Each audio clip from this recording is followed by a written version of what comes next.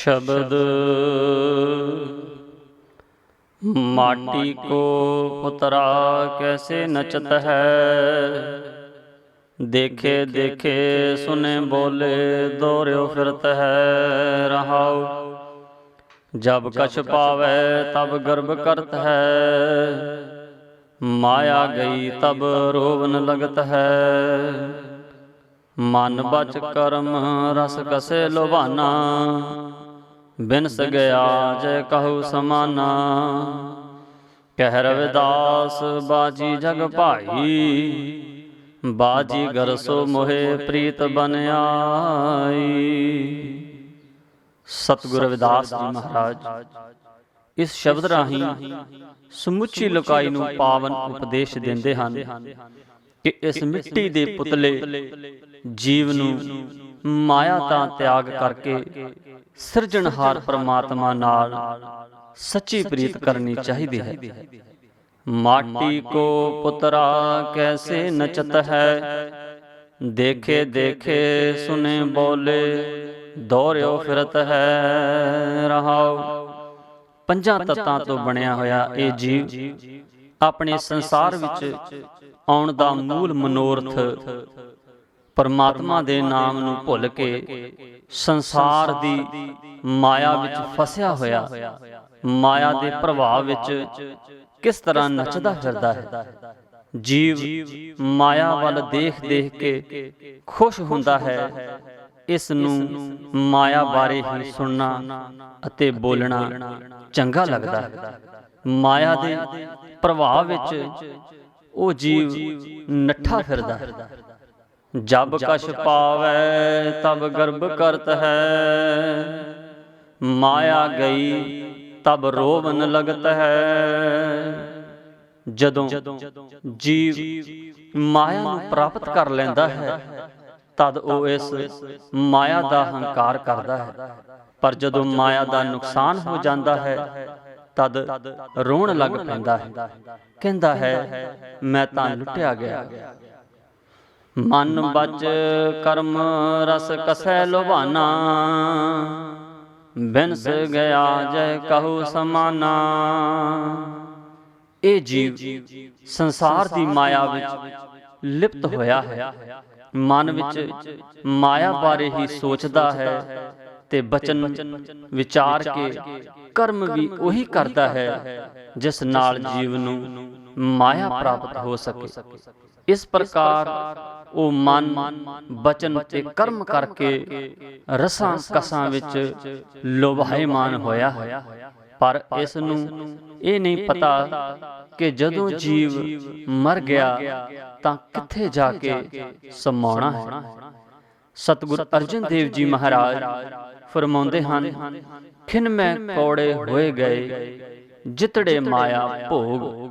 ਜਿਸ ਵੇਲੇ ਜੀਵ ਦਾ ਅੰਤ ਸਮਾਂ ਆਉਂਦਾ ਹੈ ਉਸ ਸਮੇਂ ਸਾਰੇ ਹੀ ਮਾਇਆ ਦੇ ਭੋਗ ਜਿਨ੍ਹਾਂ ਵਿੱਚ ਫਸ ਕੇ ਜੀਵ ਆਪਣਾ ਜੀਵਨ ਗਵਾਉਂਦਾ ਹੈ ਸਾਰੇ ਕੌੜੇ ਲੱਗਦੇ ਹਨ। ਕਹਿ ਰਵਿਦਾਸ ਬਾਜੀ ਜਗ ਭਾਈ। ਬਾਜੀ ਗਰ ਸੋ ਮੋਹਿ ਪ੍ਰੀਤ ਬਨ ਆਈ। ਸਤਿਗੁਰੂ ਰਵਿਦਾਸ ਜੀ ਮਹਾਰਾਜ ਫਰਮਾਉਂਦੇ ਹਨ ਕਿ ਪਰਮਾਤਮਾ ਬਾਜੀਗਰ ਸ੍ਰਿਸ਼ਟੀ ਸਿਰਜਣਹਾਰ ਨੇ ਸੰਸਾਰ ਦੀ ਬਾਜੀ ਰਚੀ ਹੈ। ਉਹ ਜਿਵੇਂ ਚਾਹੇ ਜੀਵ ਤੋਂ ਉਸੇ ਪ੍ਰਕਾਰ ਕਰਵਾਉਂਦਾ ਹੈ। ਪਰ ਮੈਨੂੰ ਬਾਜੀਗਰ ਪਰਮਾਤਮਾ ਨਾਲ ਪ੍ਰੇਮ ਹੋ ਗਿਆ ਹੈ। ਸਤਿਗੁਰੂ ਕਬੀਰ ਸਾਹਿਬ ਜੀ ਫਰਮਾਉਂਦੇ ਹਨ ਬਾਜੀਗਰ ਡੰਕ ਬਜਾਈ। ਸਭ ਖਲਕ ਤਮਾਸੇ ਆਈ। ਪਰਮਾਤਮਾ ਰੂਪ ਬਾਜੀਗਰ ਨੇ ਡੁਗ-ਡੁਗੀ ਬਜਾਈ ਤੇ ਸਾਰੀ ਖਲਕਤ ਤਮਾਸ਼ਾ ਰੂਪ ਹੋ ਆਈ ਹੈ।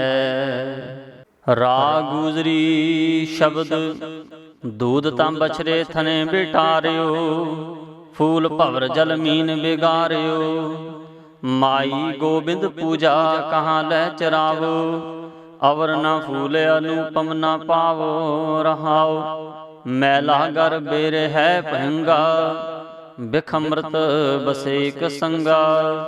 ਧੂਪ ਦੀਪ ਨਾ ਬੇਦੈ ਬਾਸਾ, ਕੈਸੇ ਪੂਜ ਕਰੈ ਤੇਰੀ ਦਾਸਾ। ਤਨ ਮਨ ਅਰਪੋ ਪੂਜ ਚਰਾਵੋ, ਗੁਰ ਪ੍ਰਸਾਦ ਨਿਰੰਜਨ ਪਾਵੋ। ਪੂਜਾ ਅਰਚਾ ਆਹੇ ਨਾ ਤੂਰੀ, ਕਹਿ ਰਵਿਦਾਸ ਕਵਨ ਗਤ ਮੋਰੀ।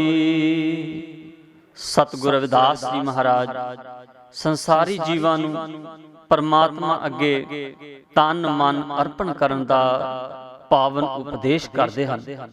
ਪਰਮਾਤਮਾ ਦੀ ਪੂਜਾ ਕੇਵਲ ਸੱਚੇ ਮਨ ਨਾਲ ਹੀ ਕੀਤੀ ਜਾ ਸਕਦੀ ਹੈ, ਕਿਉਂਕਿ ਦੁਨੀਆ ਦੇ ਸਾਰੇ ਪਦਾਰਥ ਅਪਵਿੱਤਰ ਹਨ। ਦੂਧ ਤਾਂ ਬਛਰੇ ਥਨੇ ਬਿਟਾਰਿਓ, ਫੂਲ ਭਵਰ ਜਲ ਮੀਨ ਬਿਗਾਰਿਓ। ਹੇ ਪਰਮਾਤਮਾ ਜੀ, ਆਪ ਦੀ ਪੂਜਾ ਸੰਸਾਰੀ ਪਦਾਰਥਾਂ ਨਾਲ ਨਹੀਂ ਕੀਤੀ ਜਾ ਸਕਦੀ। ਸੰਸਾਰੀ ਜੀਵ ਆਪ ਅੱਗੇ ਦੁੱਧ ਰੱਖ ਕੇ ਪੂਜਾ ਕਰਦੇ ਹਨ, ਪਰ ਦੁੱਧ ਚੋਣ ਤੋਂ ਪਹਿਲਾਂ ਹੀ ਵਛੜੇ ਵੱਲੋਂ ਚੁੰਘ ਕੇ ਥਣਾ ਨੂੰ ਅਪਵਿੱਤਰ ਕੀਤਾ ਹੁੰਦਾ ਹੈ।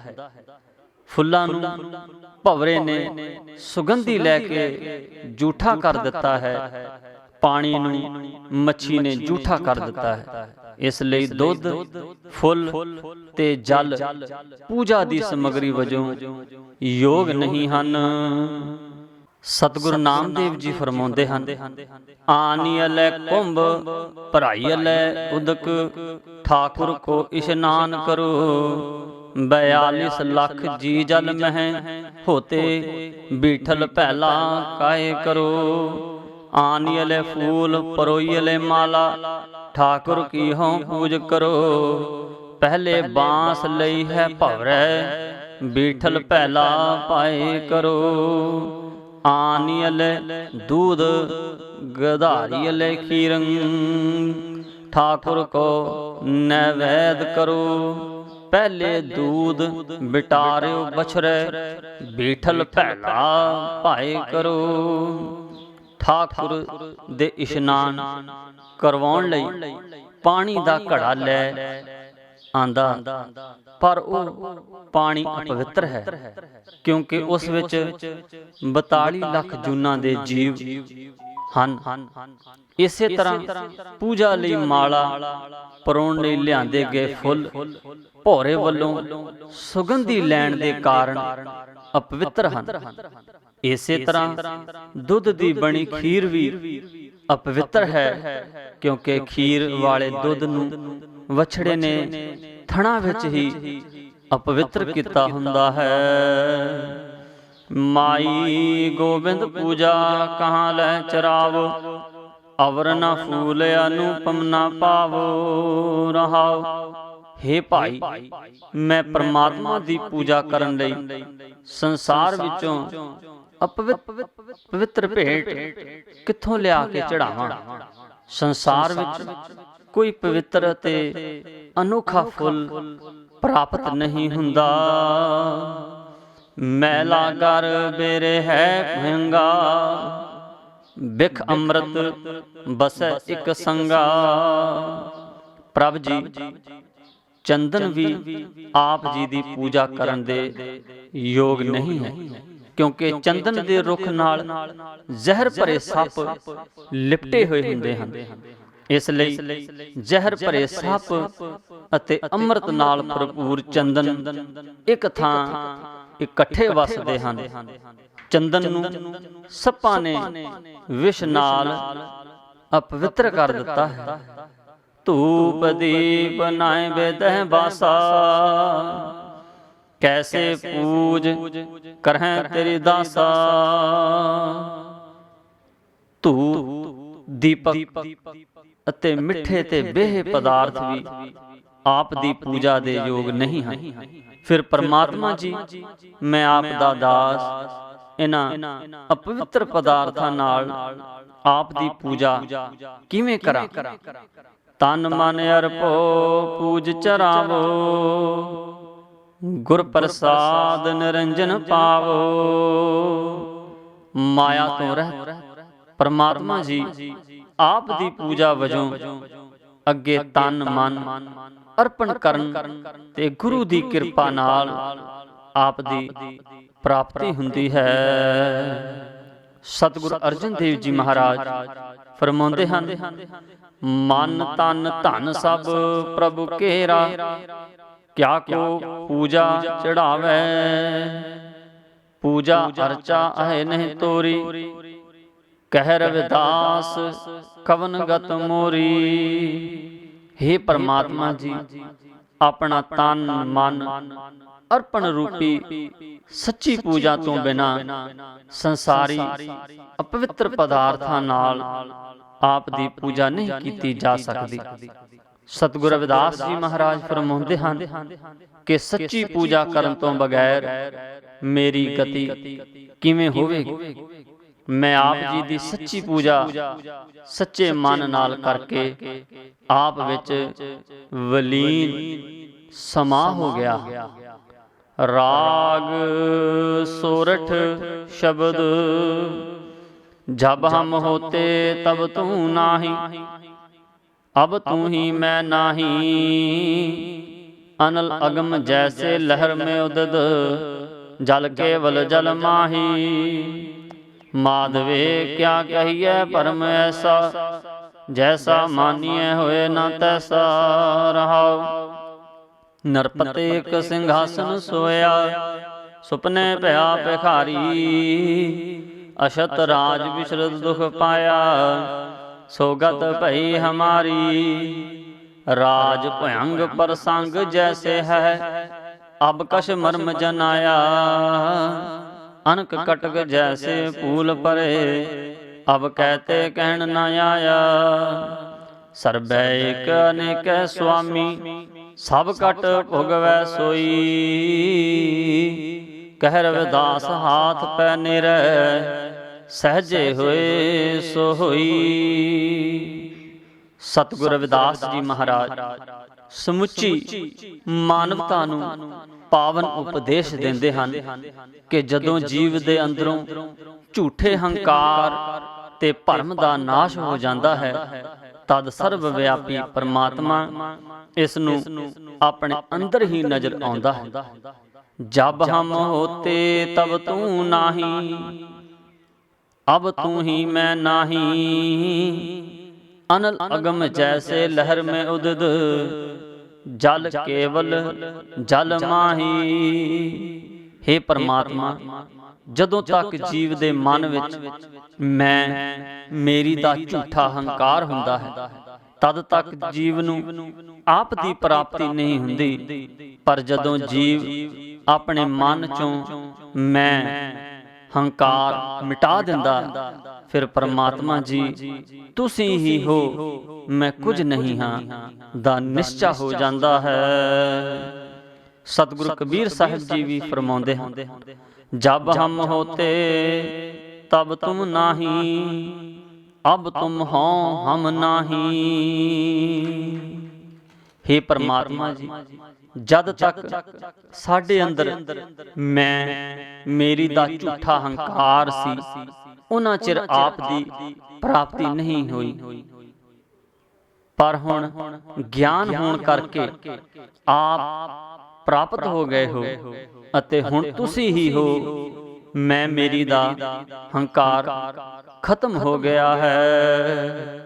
ਸਤਿਗੁਰੂ ਨਾਨਕ ਦੇਵ ਜੀ ਮਹਾਰਾਜ ਫਰਮਾਉਂਦੇ ਹਨ, ਹਉ ਮੈਂ ਕਰੀ ਤਾਂ ਤੂੰ ਨਾਹੀ, ਤੂੰ ਹੋਵੇ ਹੋ ਨਾਹੀ।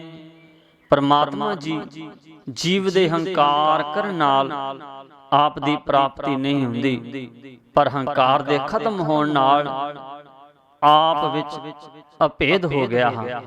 ਜਿਵੇਂ ਸਮੁੰਦਰ ਵਿੱਚ ਤੇਜ਼ ਤੂਫਾਨ ਆਉਣ ਕਰਕੇ ਲਹਿਰਾਂ ਉਤਪੰਨ ਹੁੰਦੀਆਂ ਹਨ ਅਤੇ ਬਾਅਦ ਵਿੱਚ ਸਮੁੰਦਰ ਵਿੱਚ ਹੀ ਸਮਾ ਜਾਂਦੀਆਂ ਹਨ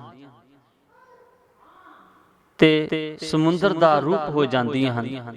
ਇਸੇ ਪ੍ਰਕਾਰ ਜੀਵ ਦੇ ਮਨ ਵਿੱਚ ਹੰਕਾਰ ਰੂਪੀ ਤੂਫਾਨ ਆਉਂਦਾ ਹੈ।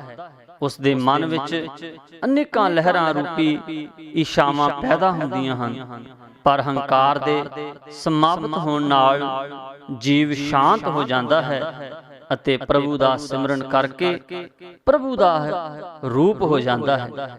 ਹੰਕਾਰ ਸਮਾਪਤ ਹੋਣ ਨਾਲ ਆਪ ਜੀ ਦੀ ਪ੍ਰਾਪਤੀ ਹੁੰਦੀ ਹੈ। ਮਾਧਵੇ ਕਿਆ ਕਹੀਏ ਭਰਮ ਐਸਾ, ਜੈਸਾ ਮਾਨੀਏ ਹੋਏ ਨਾ ਤੈਸਾ ਰਹਾਉ। ਹੇ ਪ੍ਰਭੂ ਜੀ, ਕੀ ਕਹੀਏ, ਜੀਵ ਨੂੰ ਇਸ ਤਰ੍ਹਾਂ ਦਾ ਭਰਮ ਹੈ ਕਿ ਇਹ ਸੰਸਾਰ ਨੂੰ ਸੱਚ ਜਾਣਦਾ ਹੈ, ਪਰ ਜੈਸੇ ਜੀਵ ਸੰਸਾਰ ਨੂੰ ਸੱਚ ਕਰਕੇ ਜਾਣਦਾ ਹੈ, ਸੰਸਾਰ ਤੈਸਾ ਨਹੀਂ ਹੈ। ਭਾਵ ਇਹ ਸੰਸਾਰ ਅਸਤ ਹੈ। ਨਰਪਤ ਏਕ ਸਿੰਘਾਸਨ ਸੋਇਆ, ਸੁਪਨੇ ਭਇਆ ਭਿਖਾਰੀ। ਅਸ਼ਤ ਰਾਜ ਬਿਸ਼ਰਤ ਦੁਖ ਪਾਇਆ, ਸੋਗਤ ਭਈ ਹਮਾਰੀ। ਜਿਵੇਂ ਇੱਕ ਰਾਜੇ ਆਪਣੇ ਸਿੰਘਾਸਨ ਤੇ ਸੁੱਤਾ ਪਿਆ, ਸੁਪਨੇ ਵਿੱਚ ਭਿਖਾਰੀ ਬਣ ਗਿਆ। ਆਪਣਾ ਰਾਜ ਹੁੰਦੇ ਹੋਏ ਵੀ ਰਾਜਾ ਸੁਪਨੇ ਵਿੱਚ ਭਿਖਾਰੀ ਬਣ ਕੇ ਦੁੱਖ ਪ੍ਰਾਪਤ ਕਰਦਾ ਹੈ। ਇਸੇ ਤਰ੍ਹਾਂ ਇਹ ਜੀਵ ਦੀ ਹਾਲਤ ਵੀ ਐਸੀ ਹੈ ਕਿ ਸੰਸਾਰ ਰੂਪੀ ਸੁਪਨੇ ਵਿੱਚ ਆਪ ਤੋਂ ਵਿਛੜ ਕੇ ਦੁੱਖ ਪਾਉਂਦਾ ਹੈ। ਸਾਖੀ ਰਾਜੇ ਜਨਕ ਦੀ। ਰਾਜਾ ਜਨਕ ਮਿਥਿਲਾਪੁਰੀ ਬਿਰਾਜਮਾਨ ਸੀ। ਗਰਮੀਆਂ ਦੇ ਦਿਨ ਸਨ। ਰਾਜੇ ਦਾ ਮਹਿਲ, ਜਿਸ ਵਿੱਚ ਸੋਨੇ ਦਾ ਸਿੰਘਾਸਨ ਉੱਪਰ ਫੁੱਲਾਂ ਦੀ ਸੇਜ ਲੱਗੀ ਹੋਈ ਸੀ, ਅਤੇ ਉਹ ਮਹਿਲ ਨੂੰ ਠੰਡੀਆਂ ਚੀਜ਼ਾਂ ਨਾਲ ਠੰਡਾ ਕਰਕੇ ਰੱਖਿਆ ਗਿਆ ਸੀ। ਰਾਜੇ ਨੂੰ ਆਪਣੇ ਸਿੰਘਾਸਨ ਤੇ ਨੀਂਦ ਆ ਗਈ ਅਤੇ ਉਸਨੇ ਸੁਪਨਾ ਦੇਖਿਆ ਜਿਸ ਵਿੱਚ ਸ਼ਤਰੂ ਰਾਜੇ ਨੇ ਹਮਲਾ ਕਰ ਦਿੱਤਾ। ਉਸ ਦਾ ਰਾਜ ਭਾਗ ਖੋਲਿਆ ਅਤੇ ਤਿੱਖੀ ਧੁੱਪ ਵਿੱਚ ਰਾਜੇ ਨੂੰ ਨਗਨ ਅਵਸਥਾ ਵਿੱਚ ਦੇਸ਼ ਨਿਕਾਲਾ ਦੇ ਦਿੱਤਾ। ਉਸ ਸਮੇਂ ਉਸ ਦੇ ਤਨ ਤੇ ਕੇਵਲ ਲੰਗੋਟੀ ਹੀ ਸੀ। ਦੂਸਰੇ ਰਾਜੇ ਨੇ ਸਾਰੇ ਪਿੰਡ ਤੇ ਨਗਰਾਂ ਵਿੱਚ ਢੰਡੋਰਾ ਫਿਰਾ ਦਿੱਤਾ ਕਿ ਜੋ ਵੀ ਰਾਜੇ ਜਨਕ ਨੂੰ ਅੰਨ ਜਲ ਦੇਵੇਗਾ ਉਸ ਨੂੰ ਸਜ਼ਾ ਮਿਲੇਗੀ, ਅਤੇ ਜੋ ਤਿਰਸਕਾਰ ਕਰੇਗਾ ਉਸ ਨੂੰ ਇਨਾਮ ਦਿੱਤਾ ਜਾਵੇਗਾ। ਪ੍ਰਜਾ ਨੇ ਸ਼ਤਰੂ ਦੇ ਡਰ ਕਰਕੇ ਰਾਜਾ ਜਨਕ ਦਾ ਬੜਾ ਅਪਮਾਨ ਕੀਤਾ। ਥੱਲਿਓਂ ਧਰਤੀ ਦੀ ਗਰਮੀ, ਉੱਪਰੋਂ ਅਸਮਾਨੀ ਗਰਮੀ ਕਰਕੇ ਰਾਜੇ ਦੇ ਪੈਰਾਂ ਵਿੱਚ ਛਾਲੇ ਪੈ ਗਏ। ਰਾਜੇ ਜਨਕ ਦੇ ਭੁੱਖ ਨੇ ਬਹੁਤ ਵਿਆਕੁਲ ਕੀਤਾ। ਸਰੀਰ ਕੰਬਣ ਲੱਗਾ, ਇਤਨਾ ਕਮਜ਼ੋਰ ਹੋ ਗਿਆ ਕਿ ਉਹ ਚੱਲਣ ਫਿਰਨ ਤੋਂ ਵੀ ਅਸਮਰਥ ਹੋ ਗਿਆ। ਜਿਸ ਪ੍ਰਜਾ ਦਾ ਉਸਨੇ ਭਲਾ ਕੀਤਾ ਸੀ, ਉਸ ਪ੍ਰਜਾ ਨੇ ਵਿਰੋਧੀ ਰਾਜੇ ਦੇ ਭੈ ਕਰਕੇ ਉਸ ਦੀ ਕੋਈ ਸਹਾਇਤਾ ਨਾ ਕੀਤੀ। ਇੱਕ ਅਸਥਾਨ ਤੇ ਖਿਚੜੀ ਵਰਤਾਈ ਜਾ ਰਹੀ ਸੀ। ਮੰਗਤੇ ਭਿਖਾਰੀ ਬਹੁਤ ਇਕੱਠੇ ਹੋਏ ਸਨ। ਖਿਚੜੀ ਵਰਤ ਚੁੱਕੀ ਸੀ। ਉਸਨੇ ਖਿਚੜੀ ਵਾਲੇ ਕੋਲ ਪ੍ਰਾਰਥਨਾ ਕੀਤੀ ਕਿ ਮੈਨੂੰ ਖਿਚੜੀ ਦੇ ਦਿਓ। ਖਿਚੜੀ ਪ੍ਰਾਪਤ ਕਰਕੇ ਜਦੋਂ ਰਾਜਾ ਖਿਚੜੀ ਖਾਣ ਲੱਗਾ, ਉਸ ਸਮੇਂ ਦੋ ਮਸਤ ਸਾਂਢ ਆਪਸ ਵਿੱਚ ਲੜਦੇ ਲੜਦੇ ਰਾਜੇ ਨਾਲ ਟਕਰਾ ਗਏ। ਰਾਜੇ ਦਾ ਖਿਚੜੀ ਵਾਲਾ ਬਰਤਨ ਡਿੱਗ ਕੇ ਟੁੱਟ ਗਿਆ ਅਤੇ ਖਿਚੜੀ ਮਿੱਟੀ ਵਿੱਚ ਮਿਲ ਗਈ। ਰਾਜਾ ਜ਼ੋਰ ਜ਼ੋਰ ਨਾਲ ਰੋਣ ਲੱਗਾ। ਅਧਿਕ ਆਵਾਜ਼ ਕਾਰਨ ਉਸ ਦੀ ਨੀਂਦ ਖੁੱਲ ਗਈ। ਰਾਜੇ ਦਾ ਸੁਪਨਾ ਦੂਰ ਹੋ ਗਿਆ ਅਤੇ ਉਸਨੇ ਆਪਣੇ ਆਪ ਨੂੰ ਸੋਨੇ ਦੇ ਸਿੰਘਾਸਣ ਤੇ ਫੁੱਲਾਂ ਦੀ ਸੇਜ ਤੇ ਪਾਇਆ।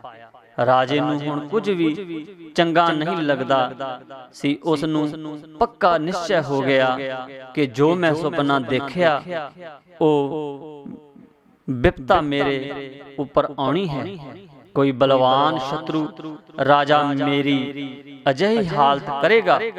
ਰਾਜੇ ਨੂੰ ਹੁਣ ਰਾਜ ਮਹਿਲ ਦੇ ਸੁੱਖ ਸੁਵਿਧਾ ਝੂਠੇ ਦਿਖਾਈ ਦੇਣ ਲੱਗੇ। ਰਾਜੇ ਦਾ ਦਿਲ ਤੇ ਦਿਮਾਗ ਗਿਰ ਚੁੱਕੇ ਸਨ। ਉਹ ਆਪਣੇ ਘੋੜੇ ਤੇ ਚੜ੍ਹ ਕੇ ਸੁਪਨੇ ਵਾਲੀ ਜਗ੍ਹਾ ਵੇਖਣ ਗਿਆ ਜਿੱਥੇ ਰਾਜੇ ਨੇ ਖਿਚੜੀ ਮੰਗੀ ਸੀ। ਉਹ ਜਗ੍ਹਾ ਦੇਖੀ, ਉਸ ਦੇ ਮਨ ਵਿੱਚ ਭਰਮ ਹੋ ਗਿਆ ਕਿ ਜੋ ਮੈਂ ਸੁਪਨਾ ਵੇਖਿਆ ਉਹ ਸੱਚ ਹੈ ਜਾਂ ਇਹ ਸੰਸਾਰ ਸੱਚ ਹੈ। ਹੁਣ ਰਾਜੇ ਨੇ ਆਪਣੇ ਦਰਬਾਰ ਦੇ ਸਾਰੇ ਰਿਸ਼ੀ ਮੁਨੀ ਬੁਲਾ ਲਏ। ਸਭਨਾਂ ਅੱਗੇ ਪ੍ਰਸ਼ਨ ਕੀਤਾ ਕਿ ਇਹ ਸੱਚ ਹੈ ਜਾਂ ਉਹ ਸੱਚ ਹੈ। ਕਿਸੇ ਨੇ ਵੀ ਇਸ ਪ੍ਰਸ਼ਨ ਦਾ ਉੱਤਰ ਨਾ ਆਇਆ। ਰਾਜੇ ਨੇ ਸਾਰੇ ਰਿਸ਼ੀਆਂ ਮੁਨੀਆਂ ਨੂੰ ਆਪਣੇ ਮਹਿਲ ਵਿੱਚ ਹੀ ਰੱਖ ਲਿਆ ਕਿ ਜਦ ਤੱਕ ਮੇਰੇ ਪ੍ਰਸ਼ਨ ਦਾ ਜਵਾਬ ਨਹੀਂ ਮਿਲਦਾ ਸਭ ਨੇ ਇੱਥੇ ਹੀ ਰਹਿਣਾ ਹੈ। ਅਸ਼ਟਾਵਕਰ ਨੂੰ ਜਦੋਂ ਪਤਾ ਲੱਗਿਆ ਕਿ ਉਸਦੇ ਪਿਤਾ ਅਤੇ ਵਿਦਵਾਨਾਂ ਨੂੰ ਰਾਜੇ ਨੇ ਆਪਣੇ ਮਹਿਲ ਰੋਕ ਰੱਖਿਆ ਹੈ, ਉਹਨਾਂ ਨੇ ਰਾਜੇ ਪਾਸ ਜਾ ਕੇ ਰਾਜ ਸਭਾ ਵਿੱਚ ਰਾਜੇ ਦੇ ਪ੍ਰਸ਼ਨ ਦਾ ਉੱਤਰ ਦੇ ਕੇ ਰਾਜੇ ਦਾ ਭਰਮ ਦੂਰ ਕੀਤਾ। ਰਾਜੇ ਜਨਕ ਨੇ ਅਸ਼ਟਾਵਕਰ ਜੀ ਨੂੰ ਪ੍ਰਸ਼ਨ ਕੀਤਾ ਕਿ ਇਹ ਸੱਚ ਹੈ ਜਾਂ ਉਹ ਸੱਚ ਹੈ। ਅਸ਼ਟਾਵਕਰ ਜੀ ਨੇ ਰਾਜੇ ਦੇ ਸੁਪਨੇ ਦੀ ਸਾਰੀ ਸਥਿਤੀ ਬਿਆਨ ਕਰ ਦਿੱਤੀ ਕਿ ਤੂੰ ਰਾਜ ਸਿੰਘਾਸਨ ਤੇ ਸੁੱਤੇ ਹੋਏ ਨੇ ਇੱਕ ਸੁਪਨਾ ਦੇਖਿਆ ਸੀ ਜਿਸ ਵਿੱਚ ਤੇਰੇ ਉੱਪਰ ਦੂਜੇ ਰਾਜੇ ਨੇ ਚੜ੍ਹਾਈ ਕਰ ਦਿੱਤੀ, ਤੈਨੂੰ ਬੰਦੀ ਬਣਾ ਕੇ ਦੇਸ਼ ਨਿਕਾਲਾ ਦੇ ਦਿੱਤਾ ਅਤੇ ਤੂੰ ਭਿਖਾਰੀਆਂ ਵਾਂਗ ਮੰਗਦਾ ਫਿਰਦਾ ਰਿਹਾ। ਇੰਨੇ ਨੂੰ ਤੇਰੀ ਜਾਗ ਖੁੱਲ ਗਈ ਅਤੇ ਆਪਣੇ ਆਪ ਨੂੰ ਰਾਜ ਸਿੰਘਾਸਨ ਅਤੇ ਫੁੱਲਾਂ ਦੀ ਸੇਜ ਉੱਪਰ ਪਾਇਆ। ਤੈਨੂੰ ਇਹ ਭਰਮ ਸੀ ਕਿ ਤੂੰ ਸੁਪਨਾ ਵੇਖਿਆ ਹੈ ਉਹ ਸੱਚ ਹੈ ਜਾਂ ਸੰਸਾਰ ਸੱਚ ਹੈ। ਦੋਨੋਂ ਸੁਪਨੇ ਝੂਠੇ ਹਨ। ਸੰਸਾਰ ਰੂਪੀ ਸੁਪਨਾ ਜ਼ਿਆਦਾ ਦੇਰ ਤੱਕ ਰਹਿਣ ਵਾਲਾ ਹੈ ਅਤੇ ਰਾਤ ਦਾ ਸੁਪਨਾ ਥੋੜੀ ਦੇਰ ਤੱਕ ਰਹਿਣ ਵਾਲਾ ਹੈ। ਜਿਵੇਂ ਇੱਕ ਆਦਮੀ ਇੱਕ ਸੇਰ ਆਟਾ ਰੋਜ਼ ਖਾ ਸਕਦਾ ਹੈ। ਅਗਰ ਉਸ ਦੇ ਕੋਲ ਇੱਕ ਸੇਰ ਹੈ ਤਾਂ ਇੱਕ ਦਿਨ ਵਿੱਚ ਹੀ ਮੁਕਾ ਲਵੇਗਾ। ਅਗਰ ਉਸ ਦੇ ਕੋਲ ਇੱਕ ਮਣ ਆਟਾ ਹੈ ਤਾਂ 40 ਦਿਨ ਖਾ ਲਵੇਗਾ। ਪਰੰਤੂ ਸੇਰ ਆਟਾ ਅਤੇ ਮਣ ਆਟਾ ਦੋਨੋਂ ਹੀ ਖਾ ਲਵੇਗਾ। ਇਸ ਪ੍ਰਕਾਰ ਸੁਪਨਾ ਸੇਰ ਆਟੇ ਦੀ ਸਮਾਨ ਅਤੇ ਜਗਤ ਸੁਪਨਾ ਮਣ ਆਟੇ ਦੇ ਬਰਾਬਰ ਹੈ। ਖਾਦੇ ਦੋਵੇਂ ਹੀ ਬਰਾਬਰ ਜਾਣਗੇ। ਇਹ ਵੀ ਝੂਠ ਹੈ, ਉਹ ਵੀ ਝੂਠ ਹੈ, ਨਾ ਇਹ ਸੱਚ ਹੈ ਨਾ ਉਹ ਸੱਚ ਹੈ। ਰਾਜ ਭਯੰਗ ਪ੍ਰਸੰਗ ਜੈਸੇ ਹੈ, ਅਬ ਕਛ ਮਰਮ ਜਨਾਇਆ, ਅਨਕ ਕਟਕ ਜੈਸੇ ਭੂਲ ਪਰੇ, ਅਬ ਕਹਤੇ ਕਹਿਣ ਨਾ ਆਇਆ। ਜਿਵੇਂ ਸੱਪ ਤੇ ਰੱਸੀ ਦਾ ਪ੍ਰਸੰਗ ਹੈ ਕਿ ਇਹ ਜੀਵ ਹਨੇਰੇ ਦੇ ਭੁਲੇਖੇ ਕਾਰਨ ਰੱਸੀ ਨੂੰ ਸੱਪ ਸਮਝਦਾ ਹੈ ਪਰ ਅਸਲ ਵਿੱਚ ਸੱਪ ਨਹੀਂ ਹੁੰਦਾ। ਇਸੇ ਤਰ੍ਹਾਂ ਭਰਮ ਕਰਕੇ ਜੀਵ ਸੰਸਾਰ ਨੂੰ ਸੱਚ ਨਜ਼ਰ ਆਉਂਦਾ ਹੈ ਪਰ ਇਹ ਅਸਤ ਹੈ। ਇਸੇ ਤਰ੍ਹਾਂ ਜੀਵ ਭਰਮ ਕਰਕੇ ਸੋਨਾ ਤੇ ਸੋਨੇ ਦੇ ਬਣੇ ਗਹਿਣਿਆਂ ਨੂੰ ਭਿੰਨ ਭਿੰਨ ਮੰਨਦਾ ਹੈ ਪਰ ਇਹ ਗੱਲ ਕਹਿਣ ਵਿੱਚ ਨਹੀਂ ਆਉਂਦੀ। ਅਸਲ ਵਿੱਚ ਸੋਨਾ ਤੇ ਸੋਨੇ ਤੋਂ ਬਣੇ ਗਹਿਣੇ ਹੁੰਦੇ ਹਨ। ਇਸ ਤਰ੍ਹਾਂ ਜੀਵ ਭਰਮ ਕਰਕੇ ਪ੍ਰਭੂ ਤੋਂ ਵੱਖ ਰਹਿੰਦਾ ਹੈ। ਭਰਮ ਦੂਰ ਹੋਣ ਤੇ ਭਰਮ ਵਿੱਚ ਅਭੇਦ ਹੋ ਜਾਂਦਾ ਹੈ। ਸਰਬੈ ਏਕ ਅਨੇਕੈ ਸੁਆਮੀ, ਸਭ ਕਟ ਭੁਗਵੈ ਸੋਈ, ਕਹਿ ਰਵਿਦਾਸ ਹਾਥ ਪੈ ਨਿਰੈ, ਸਹਿਜੇ ਹੋਏ ਸੋ ਹੋਈ। ਭਰਮ ਦੂਰ ਹੋਣ ਨਾਲ ਪਰਮਾਤਮਾ ਇੱਕ ਤੋਂ ਅਨੇਕ ਰੂਪ ਧਾਰਨ ਕਰਕੇ ਸਾਰੇ ਸੰਸਾਰ ਵਿੱਚ ਵਿਆਪਕ ਨਜ਼ਰ ਆਉਂਦਾ ਹੈ ਤੇ ਸਾਰੇ ਸੰਸਾਰ ਸਭ ਜੀਵ ਦੇ ਅੰਦਰ ਬੈਠਾ ਸਭ ਪ੍ਰਬੰਧ ਚਲਾ ਰਿਹਾ ਹੈ। ਸਤਿਗੁਰੂ ਨਾਮਦੇਵ ਜੀ ਫਰਮਾਉਂਦੇ ਹਨ, ਏਕ ਅਨੇਕ ਵਿਆਪਕ ਪੂਰਕ, ਜਤ ਦੇਖੋ ਤਤ ਸੋਈ। ਭਾਵ ਪਰਮਾਤਮਾ ਇੱਕ ਤੋਂ ਅਨੇਕ ਰੂਪ ਧਾਰਨ ਕਰਕੇ ਸਾਰੇ ਸੰਸਾਰ ਵਿੱਚ ਵਿਆਪਕ ਹੈ। ਜਿੱਧਰ ਦੇਖਦਾ ਹੈ ਉਧਰ ਹੀ ਪਰਮਾਤਮਾ ਹੈ। ਸਤਿਗੁਰੂ ਰਵਿਦਾਸ ਜੀ ਮਹਾਰਾਜ ਫਰਮਾਨ ਕਰਦੇ ਹਨ ਕਿ ਮੈਂ ਮੇਰੀ ਦਾ ਭਰਮ ਦੂਰ ਹੋਣ ਨਾਲ ਸੁਭਾਵਕ ਹੀ ਉਹ ਪਰਮਾਤਮਾ ਹੱਥਾਂ ਪੈਰਾਂ ਤੋਂ ਵੀ ਨੇੜੇ ਮਾਲੂਮ ਹੁੰਦਾ ਹੈ। ਸਹਿਜੇ ਹੀ ਉਸ ਦੀ ਪ੍ਰਾਪਤੀ ਹੋ ਜਾਂਦੀ ਹੈ। ਸਤਿਗੁਰੂ ਕਬੀਰ ਸਾਹਿਬ ਜੀ ਫਰਮਾਉਂਦੇ ਹਨ, ਹਰ ਮੈਂ ਤਨ ਹੈ, ਤਨ ਮੈਂ ਹਰ ਹੈ, ਸਰਬ ਨਿਰੰਤਰ ਸੋਈ ਰੇ। ਕਹਿ ਕਬੀਰ RAM ਨਾਮ ਨਾ ਛੋਡੋ, ਸਹਿਜੇ ਹੋਏ ਸੋ ਹੋਈ ਰੇ। ਪਰਮਾਤਮਾ ਸਭ ਸਰੀਰਾਂ ਵਿੱਚ ਹੈ, ਸਾਰੇ ਸਰੀਰ ਪਰਮਾਤਮਾ ਹਨ। ਪ੍ਰਭੂ ਸਰਬ ਵਿਆਪਕ ਹੈ। ਕਬੀਰ ਸਾਹਿਬ ਜੀ ਕਹਿੰਦੇ ਹਨ ਕਿ RAM ਨਾਮ ਦਾ ਸਿਮਰਨ ਨਾ ਛੱਡੋ, ਸਹਿਜੇ ਹੀ ਉਸ ਦੀ ਪ੍ਰਾਪਤੀ ਹੋ ਜਾਵੇਗੀ। ਸ਼ਬਦ ਜੋ ਹਮ ਬਾਂਧੇ ਮੋਹਿ ਫਾਸ, ਹਮ प्रेम बंधन तुम बांधे। अपने छूटन को जतन करो, हम छूटे तुम आराधे।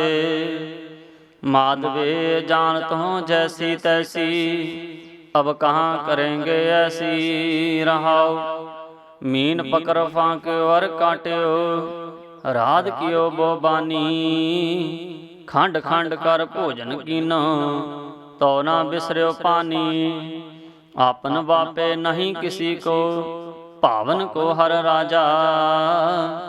मोह पटल सब जगत व्याप्यो, भगत नहीं संतापा। कह रविदास भगत एक बाडी, अबे कासो कहिए। जा कारणम तुम आराधे, सो दुख अजू सहिए। सतगुरु रविदास जी महाराज संसारी जीवां नूं परमात्मा नाल सच्ची प्रीति करके परमात्मा नूं प्रेम दे बंधन विच बन के संसार दे झूठे बंधनां विचों मुक्त होण दा पावन उपदेश दिंदे हन। जीव नूं परमात्मा नाल इस तरह दी प्राप्ति प्रीति करनी चाहिदी है, जिस तरह प्रीति मच्छी दी पानी नाल है। जौ जल बांधे मोहे फास, हम प्रेम बंधन तुम बांधे।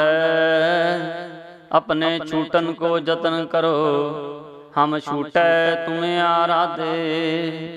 हे प्रभु जी, जेकर आप जी ने सानू संसार विच मोह रूपी फाही विच बन्निया है, तां असीं आप जी नू प्रेम दे बंधन विच बन लिया है।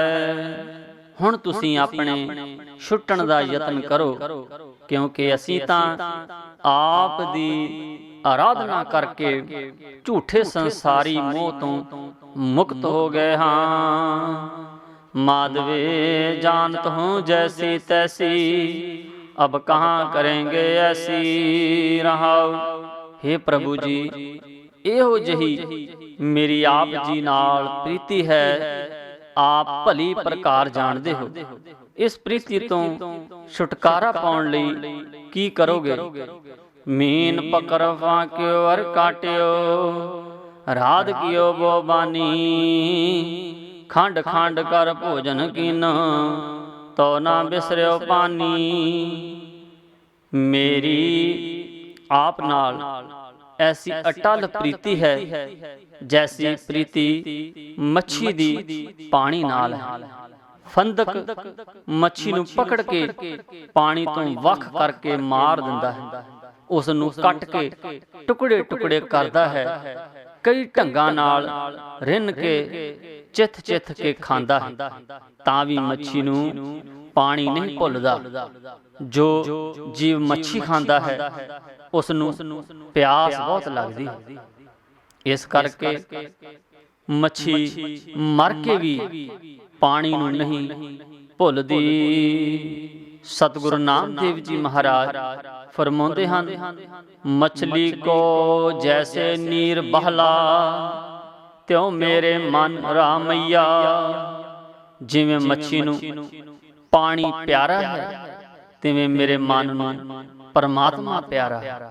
ਸਤਿਗੁਰੂ ਨਾਨਕ ਦੇਵ ਜੀ ਮਹਾਰਾਜ ਫਰਮਾਉਂਦੇ ਹਨ, ਹਾਰ ਸਿਉ ਪ੍ਰੀਤ ਕਰ ਜੈਸੀ ਮਛਲੀ ਨੀਰ।